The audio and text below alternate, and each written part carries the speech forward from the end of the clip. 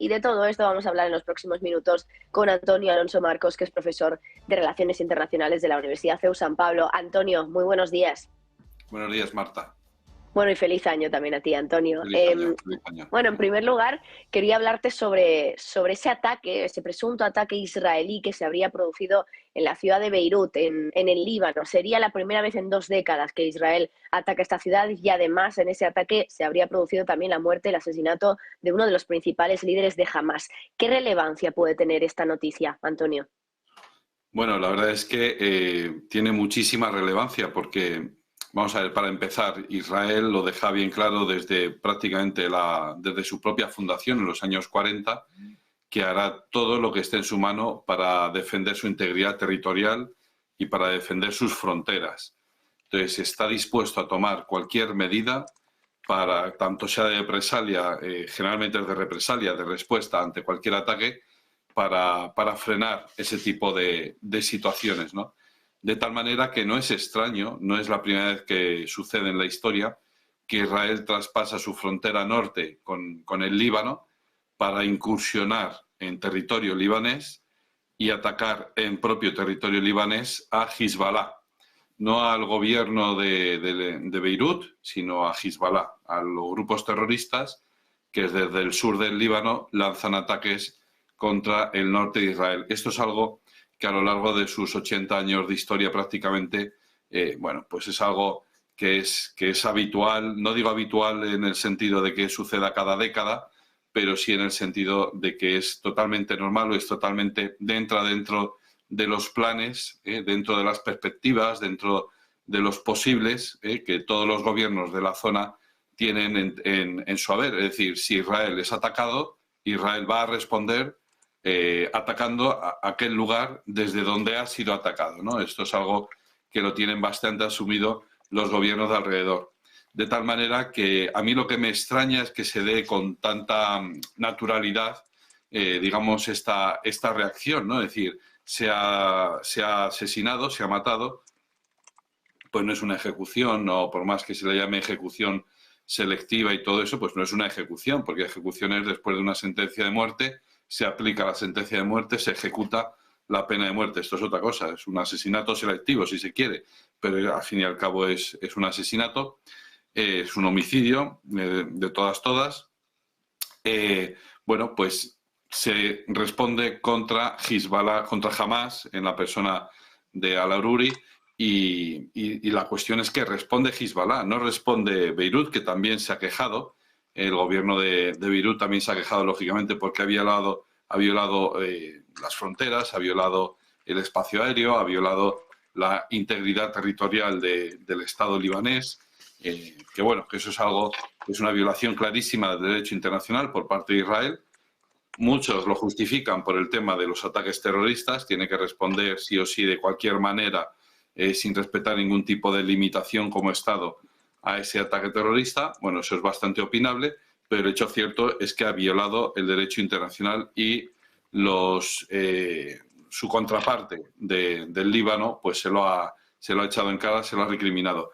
Pero la respuesta más furibunda no viene por parte del Líbano, que era lo esperable, sino que viene por parte de un grupo terrorista, Hezbollah, respaldado por Irán, ¿no? Es decir, quien va a tomar las represalias no es el Líbano, porque el Líbano le basta con elevar una queja diplomática y poco más. Cuidado, porque esto, si al Líbano le afecta o si el Líbano se queja, no es tanto porque se haya violado así en general el derecho internacional, sino que porque puede suponer otro elemento más, añadir un elemento más de inestabilidad a la ya frágil estabilidad de ese país de Oriente Medio, que es árabe, pero es cristiano además, el Líbano. Entonces, añadir un elemento más de inestabilidad porque, digamos, los equilibrios de poder que tiene que haber para repartirse los puestos, tanto el presidente del país, presidente del gobierno, presidente del Parlamento, etcétera, ya es, de acuerdo con la Constitución, ya es bastante complejo los equilibrios que se tienen que dar, como para que ahora se venga a introducir un elemento más de inestabilidad, que es que Hezbollah ahora se va a fortalecer, va a reaccionar sobremanera, va a movilizar a su gente dentro del país para atacar Israel, porque esto es lo que se presupone que va a suceder. Esa es la gran incógnita, ¿no? ¿Cuál va a ser realmente la respuesta de Hezbollah? Si efectivamente va a apoyar a Hamas desde el norte, si se va a meter de hoz y coz ahora en el conflicto, o si simplemente pues va a hacer una serie de manifestaciones grandilocuentes de esta es una línea roja que no se debería haber traspasado y ya verán en el futuro todo lo que les vamos a hacer, etcétera. Bueno, que se queden palabras y ya está, o bien que de verdad se meta de lleno en la guerra. Eso es el peligro que hay. Pero digo, la reacción que debería estar, que esto es lo que yo quería llamar la atención sobre esto, la reacción que debería situarse en Beirut, no se sitúa en Beirut, o los focos de atención no están en Beirut, sino que están en Hezbollah. Y esto es una anomalía que, por más que suceda, pues hay que señalarla y hay que denunciarla como tal anomalía. Quien tiene el derecho y el deber de responder ante una violación del derecho internacional es el Estado, no un grupo terrorista establecido en el sur del Líbano. Me refiero a esto, o lo digo esto, porque ya todo el mundo lo da por supuesto que Hezbollah controla el sur del Líbano, que por cierto es donde están desplegadas las fuerzas de interposición de la ONU desde hace décadas también, y por esa parte del sur del Líbano fronteriza entre Siria, Líbano e Israel. Todo el mundo da por supuesto que esa zona está controlada por Hezbollah, que hay que pagar los peajes correspondientes para poder moverse por aquellas carreteras, etcétera, pero esto es una total anomalía que no debería ser aceptada, no debería seguir siendo aceptada, ¿no? Entonces, poner o dejar la respuesta a este ataque o este asesinato selectivo contra uno de los máximos líderes de Hamas, que es una promesa que Israel hizo después de los ataques terroristas del 7 de octubre, descabezar a Hamas.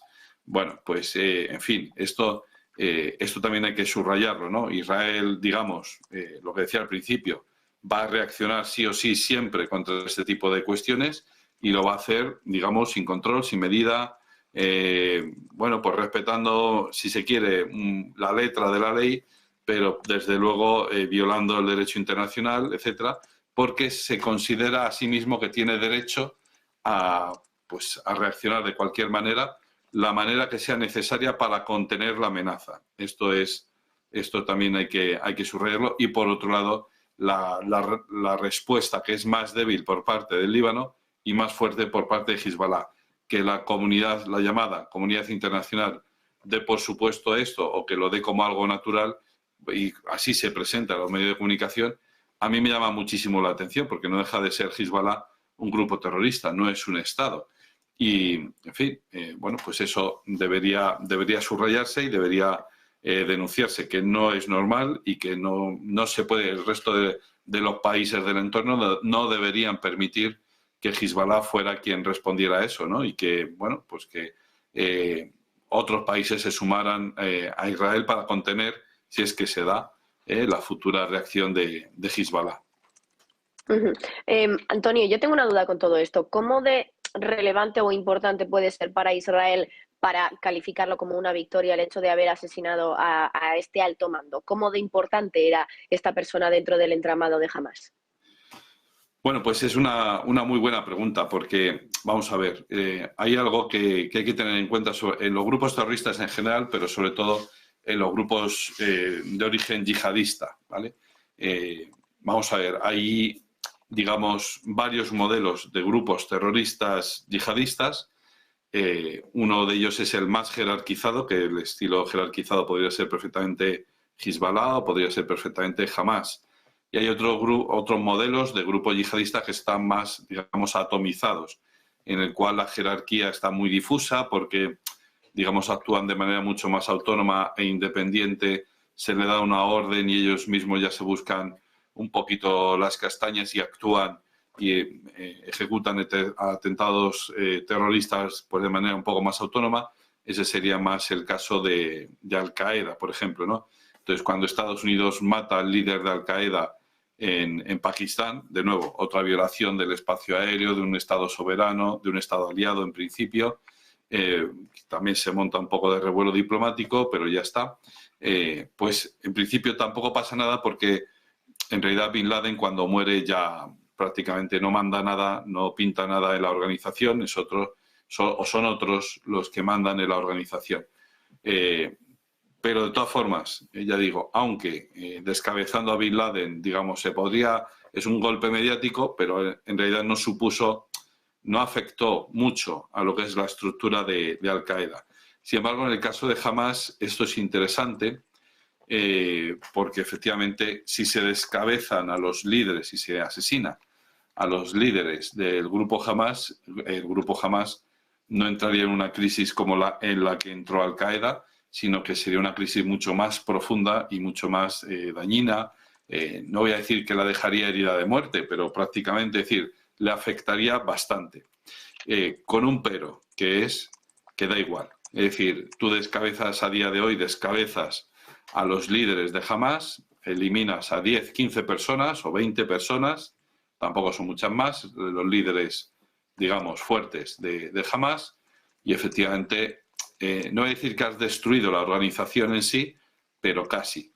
¿Qué es lo que sucede? Y este es el pero que introducía yo ahora, que aunque tú hayas destruido a 20 personas, esas 20 personas encontrarán reemplazo. ¿Cuál es el problema de ese reemplazo? Que quizás, muy probablemente, pues ese reemplazo, primero, no tenga la suficiente formación y segundo, no tenga el suficiente carisma, que esto es muy importante.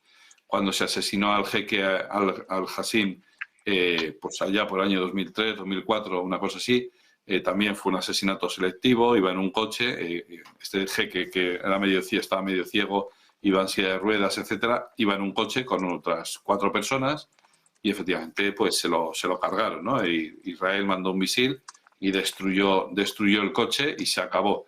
Bueno, pues eso fue un golpe muy fuerte a la estructura del grupo terrorista. Esto es cierto, pero también hay que tener en cuenta que enseguida hubo un reemplazo. Entonces, ¿qué importancia tiene el asesinato de este señor? Pues tiene una importancia bastante grande porque era, pues al parecer, una pieza fundamental dentro de la estructura militar. Entonces tiene una parte simbólica muy importante porque es uno de los iniciadores de Hamas, uno de los que está desde el principio prácticamente, y luego además una importancia estratégica en el sentido de que es uno de los que estaba detrás, por supuesto, del ataque del 7 de octubre.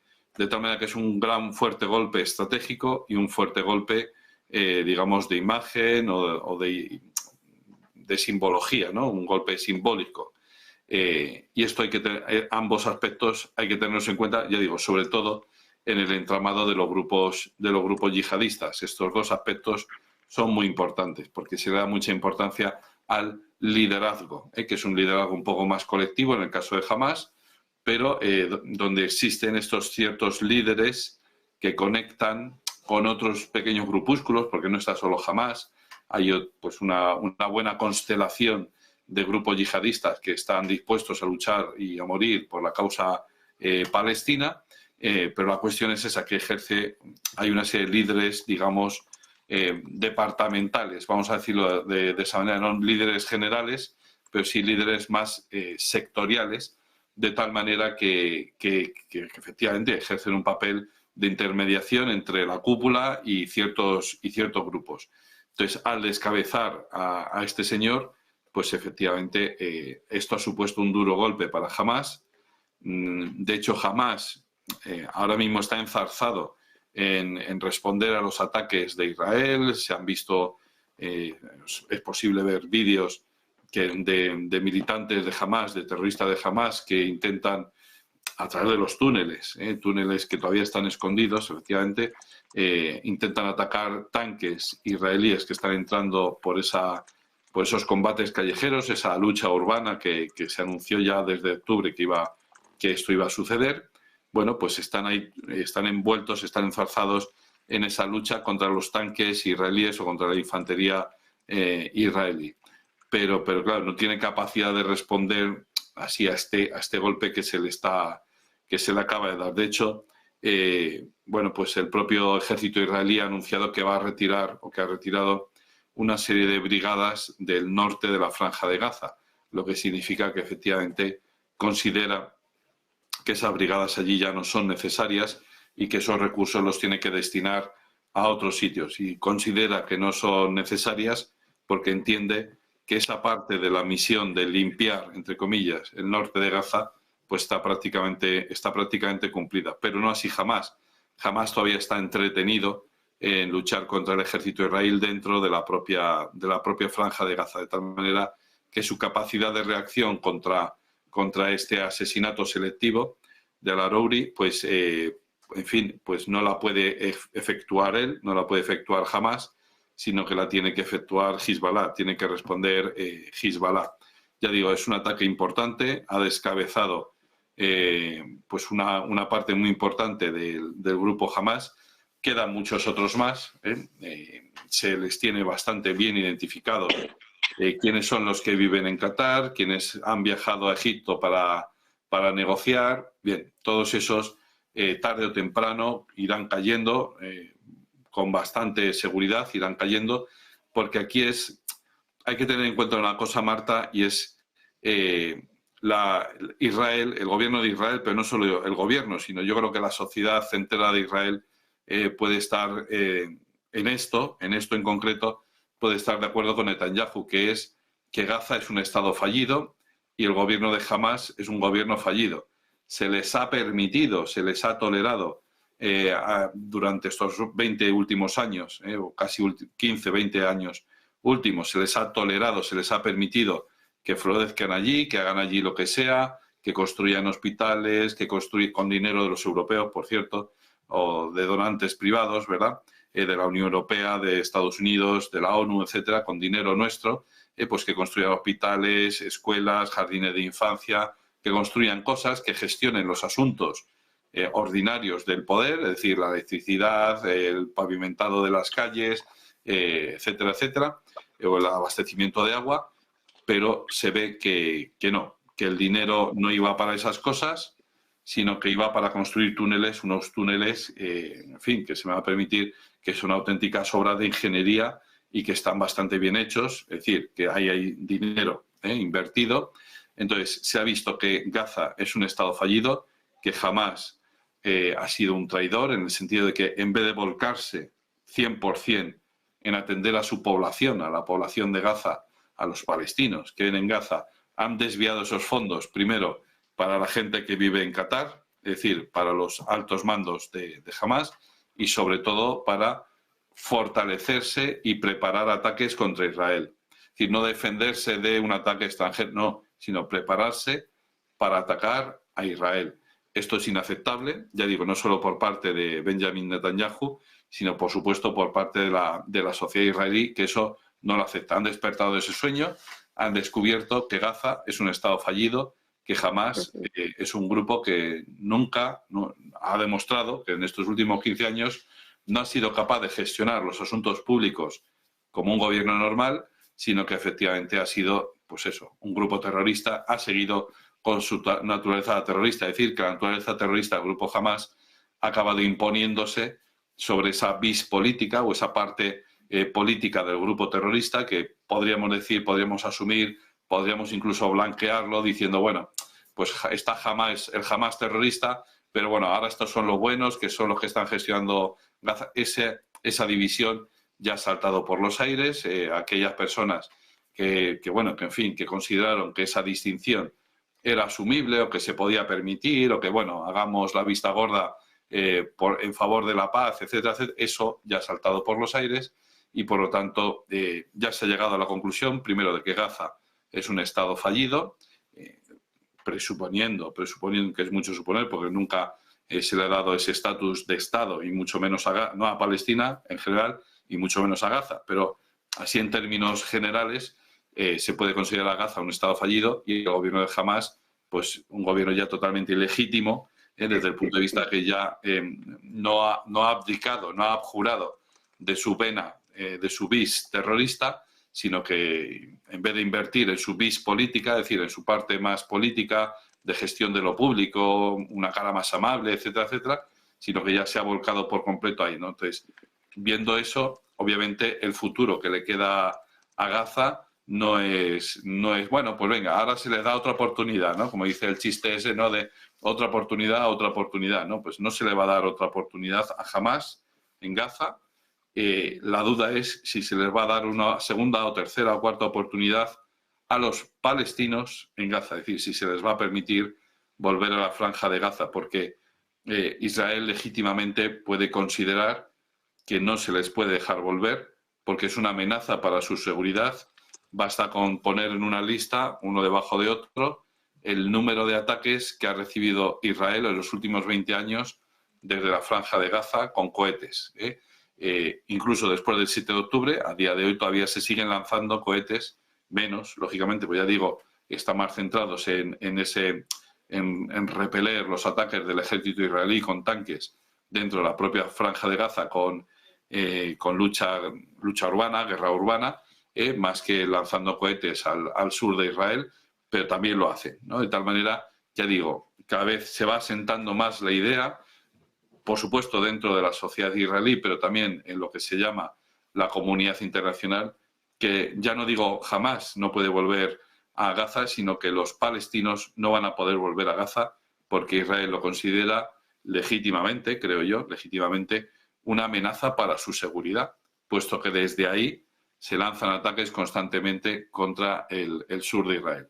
Ya digo, es un futuro que nadie sabe lo que va a pasar, o por lo menos yo no lo sé, no tengo esos datos sobre la mesa, pero muy presumiblemente, desde luego, jamás no va a volver a la franja de Gaza, eso no se lo va a permitir Israel, y lo que está por ver es, ya digo, Marta, si los palestinos van a poder volver a la franja de Gaza. Antonio, nos quedan 2 minutitos, pero quería preguntarte también por el Mar Rojo, por lo que está pasando y después del anuncio, sobre todo de ayer de Maersk, de que iba a volver a suspender los viajes durante un periodo de tiempo indeterminado. Decían que hasta nuevo aviso. Se había dicho en primer lugar que iban a ser 48 horas, pero se ha extendido porque la situación lo requiere. ¿Cómo estás viendo lo que está sucediendo después de que Irán también haya mandado allí un buque de guerra? Y te digo, Antonio, que tenemos un par de minutitos como mucho, así que va a tener que ser breve esta respuesta. Nada, muy brevemente, muy brevemente. Simplemente yo estoy alucinado porque al final los hucíes, por más que tengan respaldo de Irán, pues es pues yo pensaba que era pues un grupo de 4 tíos con lanzas y ya está, y que con unas 4 lanzas estaban haciéndole la guerra en Yemen a la otra parte de la guerra civil de Yemen y ya está. Pero es que no, es que son... Es decir, han recibido instrucción, han recibido dinero, financiación, han recibido armamentos por parte de Irán, les han respaldado fuertemente y, claro, esto hay que tenerlo en cuenta también. Y entonces ahora resulta que es una amenaza para el propio Estados Unidos y el propio Estados Unidos ha dado la voz de alarma y a lo mejor incluso organiza una coalición internacional dentro de la OTAN para enviar allí, pues eso, ¿no? Y en el marco de la Unión Europea, la Operación Atalanta también se ha hablado de ella para desplazarla a la vigilancia del Mar Rojo, de tal manera que se nos pueda abrir otro frente de guerra colateral, digamos, subsidiario de lo que es la franja de Gaza, pero al fin y al cabo un punto en el cual se enfrentan Irán y Estados Unidos, pues ya de manera prácticamente abierta, ¿no? Con lo cual las expectativas para este 2024 no son muy halagüeñas. Pues Antonio Alonso Marcos, como siempre es un placer contar contigo. Muchísimas gracias, Antonio. Profesor de Relaciones Internacionales de la Universidad CEU San Pablo. Y lo dicho, feliz año y muchísimas gracias. Feliz año, Marta. Un abrazo.